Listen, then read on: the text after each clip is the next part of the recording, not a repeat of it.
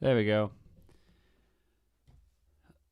Computer updated itself, and for some reason, when it updates itself, I can't. It just resets my microphone settings on the streaming software. So I've come into this thinking it was all good, and then all of a sudden got no sound. So apologies, bad start. Anyway, how's it going to anybody that is watching and listening? United fans, how is it going? Pretty poorly from the weekend's game. I've not done a reaction to the game, but it's pretty much gone. I'll not do a major reaction to it. It's pretty much went like kind of the same way as all the other poor performances have gone this season, and the poor games have gone this season. It's not been particularly fantastic as it in terms of the game on the weekend. Another game in which we should have won. In the first half, that opening 30 minutes against Burnley was fantastic. We showed a lot of character, a lot of fight, a lot of creativity, and then gradually it dwindled away. You could sort of see it coming within the game. Lacked a lot of invention, a lot of character. Then to put in the hard graft and the hard miles in terms of the hard yards to, get us over the line, really. Sometimes you've got to be creative, you've got to be flamboyant, you've got to be quite, nice to watch. And then in some parts of the game, you've got to equally be on the flip side to that and want to graft and want to work hard and have to protect the result. And United didn't have that side of the game and haven't had that side of the game for a long time, and most definitely this season. It was sad, really, because I just come off the back of watching the Wayne Rooney documentary, actually, which was quite, as a United fan as well as just a football fan in general, was quite sad, really, because I recall him. I mean, I was sort of around about 10, 11 when he was sort of coming through at 16, and there's this kid, this big hype around this kid who was going to be the next biggest thing, and he was the biggest thing I can recall in my time growing up with football, coming through at such a elevated status in terms of his talent. I don't recall anybody else. Michael Owen was sort of closely behind a few years earlier, but I don't think had that kind of raw talent. He was a great finisher, was quick, and he did obviously that World Cup against when he scored that goal against Argentina, which but Rooney was something else, and came onto the scene like he did against Arsenal, against the Invincibles. Last minute won the game for Everton. Ridiculous stats, youngest player ever to score for in the Premier League. Just all the stats just encircled him, and it went on from there. And I think, from what he did in the game, what he did for Man United following that was incredible. Obviously, it's marred by the fact that people think he should have been better than he was, or should have done better for England. I think that's the fans that sort of berate him are more fans that aren't United fans, I think. But I think, and you see it more so now, and I wasn't definitely one of them. Rooney's probably in there with my top 2, 3 greatest players of all time, and definitely up there is one of my top 2 Man United players of all time. Him and probably Scholesy, really, and I think it was all the fans, that hated United probably and thought that we should have been better, and there was some animosity around England, and that felt he didn't reach his potential, but he did reach his potential. He won a Champions League with Man United. He went on to attend another 2 finals in the Champions League. He won, numerous amounts of Premier Leagues with Man United. He won other cups, FA Cups. I think he won an FA Cup. And he was successful, and he went on to break Bobby Charlton's record. Went on to break the England scoring record.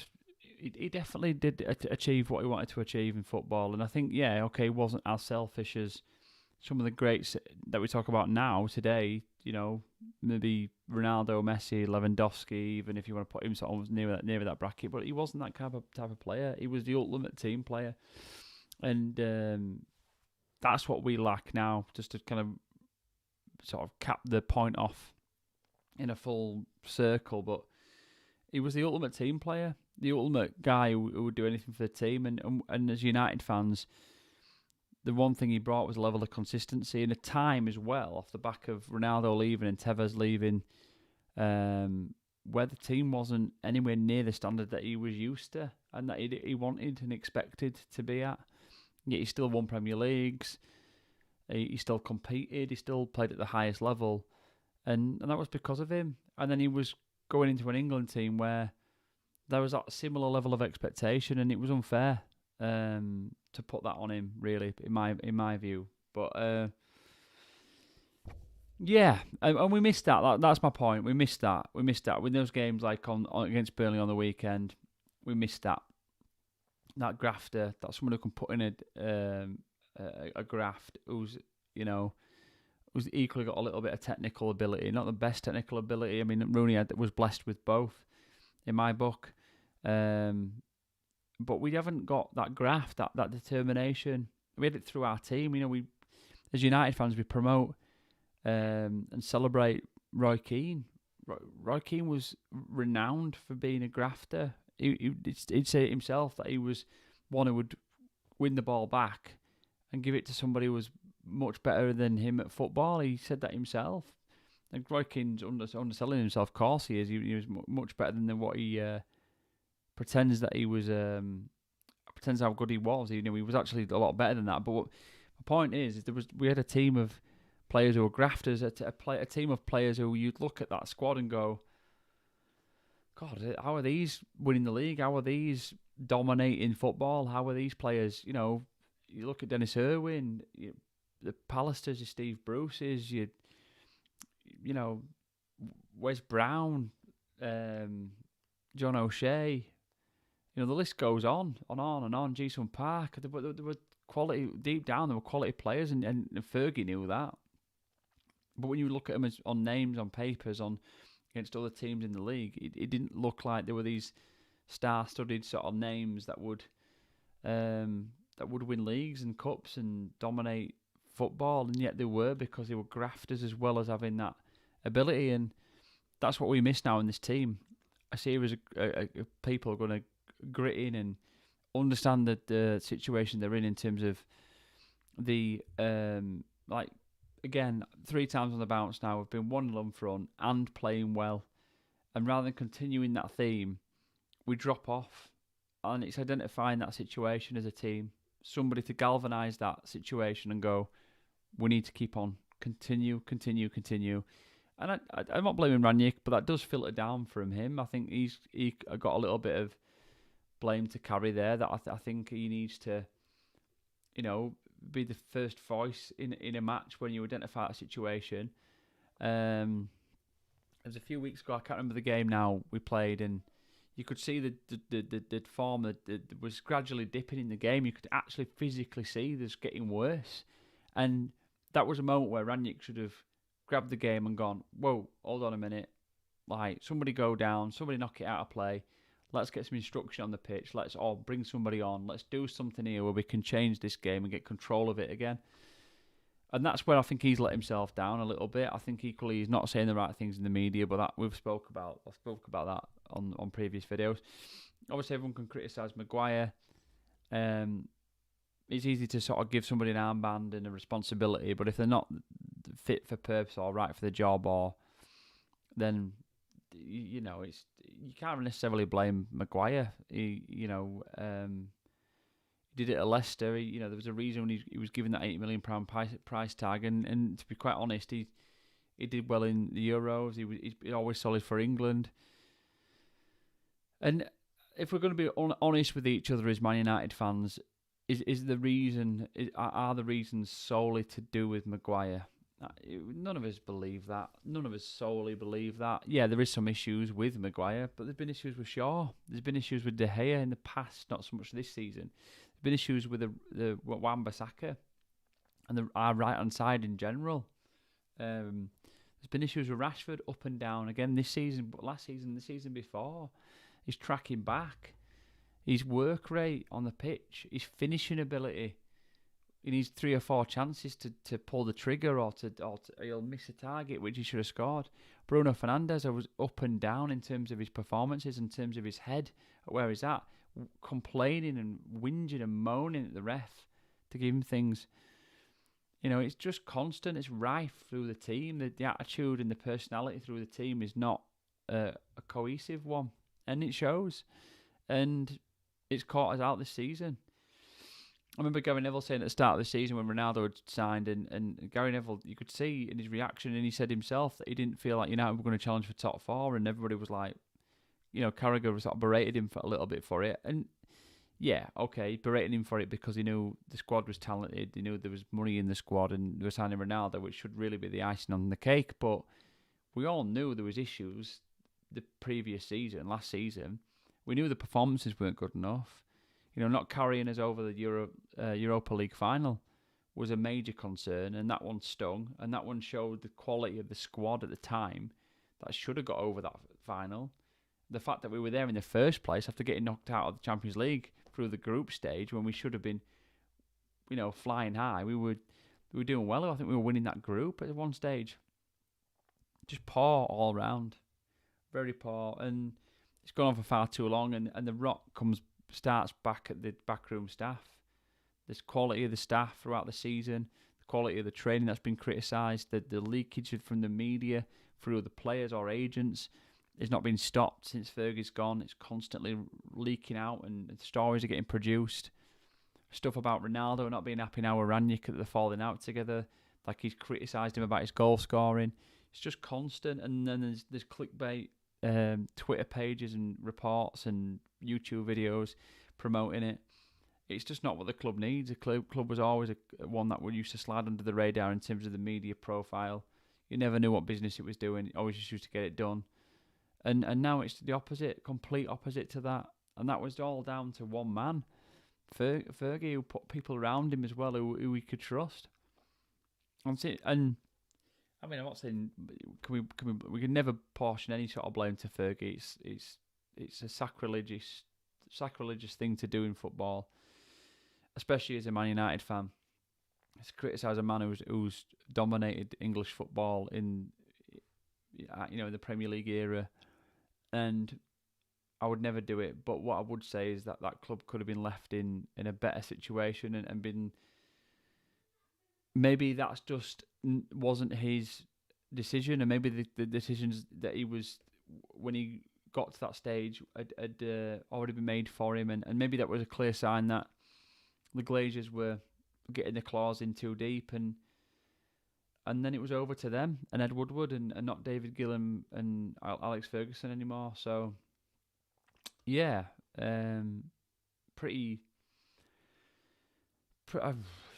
just pretty flat really from the weekend, and not surprised now. It's just getting to a point where you just kind of expect it. And Brighton tomorrow, the only sort of saving grace we've got really is that Brighton were at home again, but that's not really any consolation.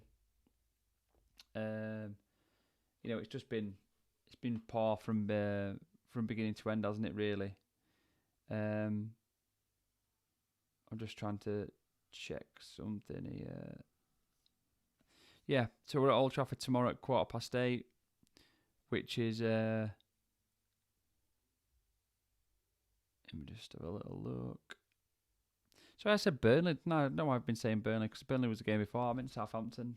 It's been such a mind-boggle here because Ralf Hasenhüttl have come out and he's criticising United and tactically broken us down as if he's now one of these like managers that everybody's like regarding as a tactical genius. I mean, everyone seems to forget that he got smashed twice in one season by at least 8 goals. United obviously beat him by 9, but he's conceded 9 in one game twice last season, and yet now he's a highly regarded coach who's drew Man United, and suddenly he's got a valid point to make on the tactical frailties of the club. But yeah, whatever. So Brighton tomorrow, tough game. I sort of recall the first game being a pretty close one. Yeah, so I mean, we've had tight games against Brighton, haven't we? Really, and they're a good side. They're a good footballing side. I've watched a few of the Brighton games this season. The one against Chelsea, where I think Welbeck scored.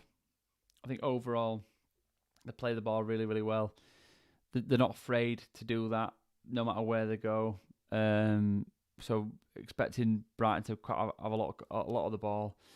It might play into United's hands a little bit. United don't seem to like teams who sit in against them, who block against them, and then counter on them. We struggle with it. We don't have a lot of pace at the back. We have fullbacks who overcommit. So we could see Brighton just play a low block and counter us. Wouldn't be a surprise. Equally, I think, like I say, they're a good footballing side. I think the only thing that Brighton lack a little bit is a goal scoring sort of potency. I think they often struggle to make the best of the chances, and that might just be the edge that we've got over them, that we take one or two more than they do. But I don't have any confidence going into this game. I really don't, and I'm really sad to say that as a United fan. It's poor, and it's been poor for too long now, and I really just don't have any hope that we're going to do anything in this game. Brighton are a good side. They deserve to be a good side. They're usually quite solid. They've got some threatening players: Mope, Trossard, Lamptey. Players who can hurt you. So, I'm not particularly excited by it tomorrow, if I'm brutally honest. But we'll move on. We'll move on to the formation. Don't want to be too downhearted about it, really. But it's been tough, guys, hasn't it, really? I want to come on to here and talk about how well we've been. I was going to do a reaction yesterday, and the mere fact that I didn't do a reaction was just from the fact that I felt so flat about it, and so pissed off that we were once again squandered a lead and squandered a performance in that first 30. I thought, here we go, we look bright, we look sharp, and then it just dwindled away. Ronaldo going around the keeper thinking he was going to score, then he didn't score, and it kind of set the tone for the rest of the game, and just really, really poor, really, and upsetting. It doesn't seem like it's going to come at any stage, and the only thing we seem to be sort of getting in at the minute is that other teams are slipping up around us. I think Spurs lost, West Ham drew, and it's like we've still been given a lifeline of a chance to retain top four, but it's just we're just squandering it and bottling it at the minute, and it's just sad. It's sad. But yeah, let's move on to the formation anyway, and talk a little bit about that. Let's get that up.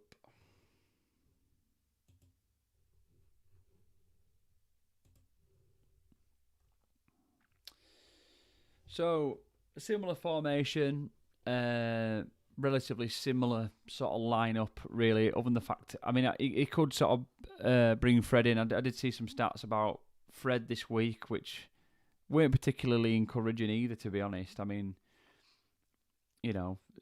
To sort of call out Fred as like one of our the reasons why we're seeming to get some level of form, when equally he's been one of the reasons I think we haven't performed that well is a little disconcerting. But what I would say, to include Fred, I'll come up with a little idea which I mentioned last time, and I think it could be an option eventually that we will play, hopefully, but we'll see. But it would mean quite a big exclusion of a player. So I'll talk a bit about that. But I think we'll see Shaw be dropped. I think his form again is just nowhere near it was when we were at the Euros.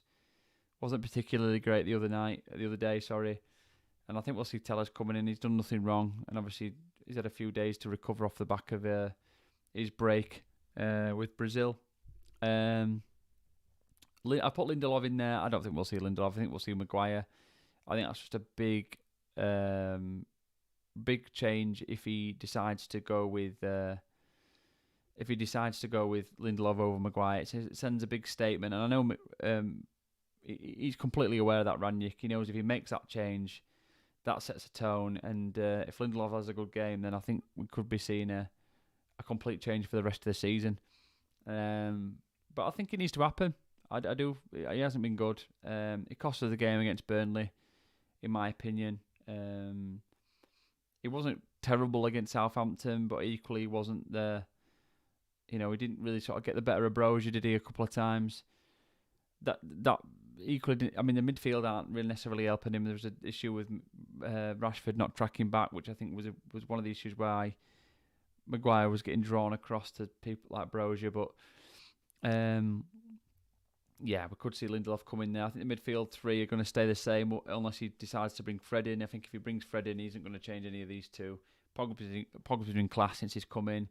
Really getting that transition from the first zone, if you like, from the defensive areas when we're winning the ball back or transferring it from the defence through the midfield. He's transferring that ball and he's getting us turning and he's getting us playing this way and he's getting the ball from one zone to the other.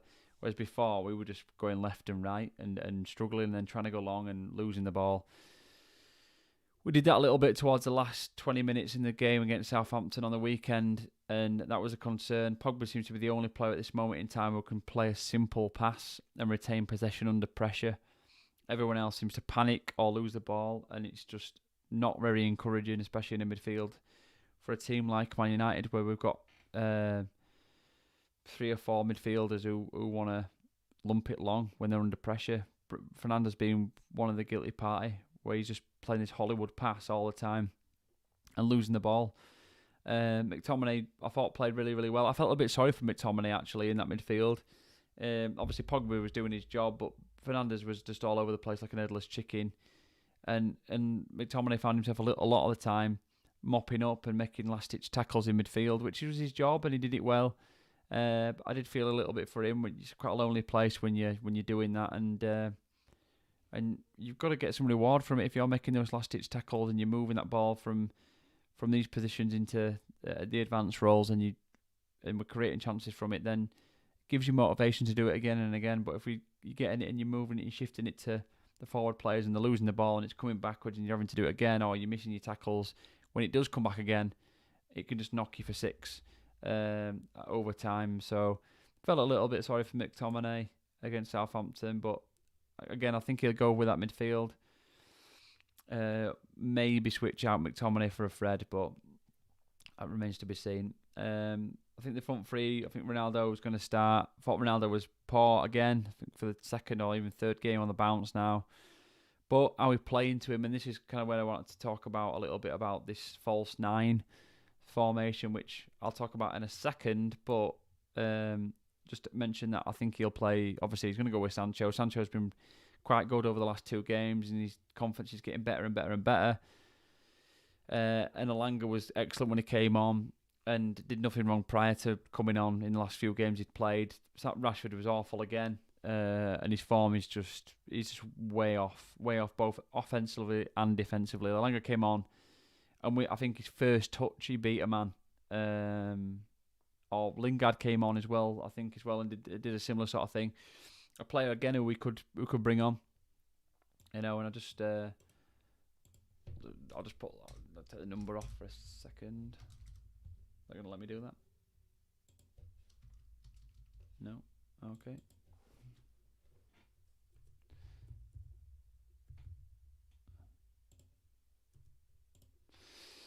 So what we could potentially play if Ronaldo was not to play, because in my book at the minute with this formation, with the way that Sancho plays, he likes to play intricate little passes, shift it with players on the edge of the box, find these little passes, interchangeable passes where he's playing little reverse passes into channels in the box, and he's clever that way. But we don't play like that as an overall team, so the team's not playing to that style. Back here it's playing long. If Maguire's getting it, or Lindelof's getting it, or Varane's getting it, or McTominay is getting it, or even Fernandes when he's deep. Sometimes he's playing it long. Okay, out wide to a wide position, fair enough, to create those sort of chances, to shift it forward, to get it out of these areas quickly when it's on, fair enough. But we're playing Sancho and maybe even Rashford, who don't like to do that. Who don't like to cross the ball, get wide and beat the man around the outside and cross that ball in. That's what Ronaldo wants. He wants crosses low across the box, crosses from deep positions into near posts. He wants crosses from deep positions in behind into channels. He wants crosses. He wants balls into him and balls in and around him. He wants chances, constant chances. We're not creating enough chances. I think there was a stat in the Southampton game where we were 5 attempts to Southampton's 9 by 60 odd minutes at home at Old Trafford. It's not good enough.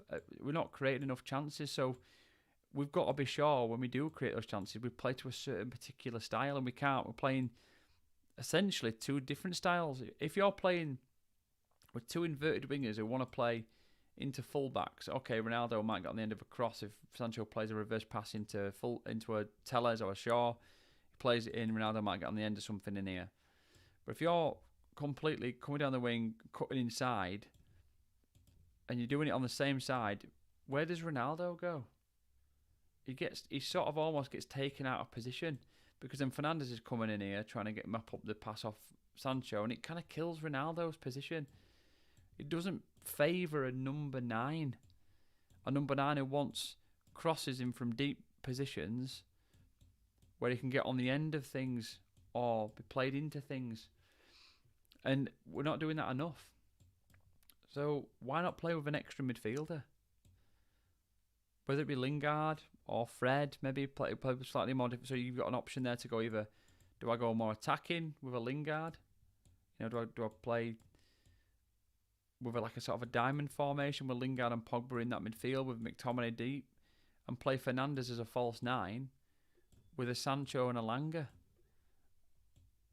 And so you've got these inverted wingers, but instead of having a number 9 to play balls into, you've got Fernandes who will go in beyond, box to box. So he's coming in deep, and you've got a Sancho and a Langa or whoever else who you want to play on the other side. But we're not then playing to one style. We're not playing to 2 or 3 different styles. We've got extra cover in the midfield with an extra midfielder, a creative midfielder in Lingard. We've got the cover of McTominay. Pogba can get in there if he needs to. We've got the cover both sides with Pogba and Lingard if they want to go. And we're not playing to this number 9. It's not working. It hasn't worked with Cavani. It didn't work with Cavani the other night. He was useless. And it wasn't necessarily Cavani's fault. He's not. You give Cavani a chance, and 9 times out of 10, he's going to put that away. And the same with Ronaldo. They're getting half chances. Headers that are contested. Balls into them out wide here where they've got to mech it into the side netting or the top corner to get a goal. Ridiculous chances that are just impossible to create. He ain't going to play this way. He's going to play this, isn't he? Where it's like 3 in midfield, Sancho and Elanga, which isn't working. It's worked for 30 minutes in the last 3 games very well, where Pogba's got plenty of energy still. Fernandes has got some energy. McTominay's winning his tackles, but as soon as that dies off, as soon as Pogba gets fatigued, the wingers are having to do more defensive work to track back. Hasenhüttl said it the other day, and I've just been sort of joking about it really, but Hasenhüttl said it.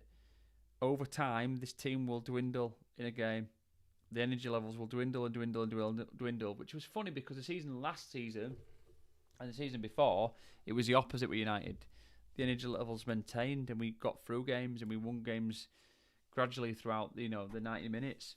It's the opposite at the minute now, whether it be the fact that we're being asked to press too highly, and that's killing the energy in the team. And we're getting to games now with 50-odd, 60-odd minutes, and they're starting to get lazy. Sancho's not tracking back. Tellez is exposed, or Tellez is too high up and he's exposed, and exposing Lindelof to pull a cross, or Maguire in this case. The other day, lazy effort. Goalkeeper kicks it out to the winger out here. Rashford isn't sprinting back. Pogba's having to cut across to 2 guys. It comes to the right. Dallow's exposed, and they managed to work it out and score a very relatively easy goal from Che Adams. It was poor, but and I think it's down to energy levels. I really do. I thought we were good in the first 30. People are criticising the effort and all that kind of stuff. There is an element of that, I think, in certain instances, but the styles that are not gelling, there's energy levels that are not gelling, and I think Rangnick's a little bit he's quite a way off with that at the moment. Still struggling to try and understand our sort of best formation and best style, really. Right, guys, anyway, it's been a quick half an hour for me. Happy Valentine's to those who have watched.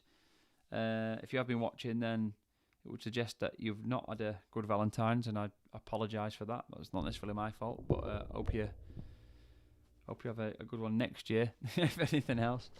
But cheers for watching, guys. If you've been watching, if you haven't watched, then I will catch you in the next one. I'm not going to do a watch along tomorrow. I will no doubt do a reaction to the game tomorrow after the game. Hopefully it's a good reaction to a good win and a good performance.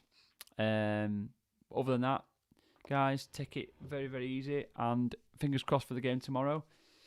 Don't forget to subscribe, like, and share, and comment, please. And see you in the next one. Cheers, guys. Bye.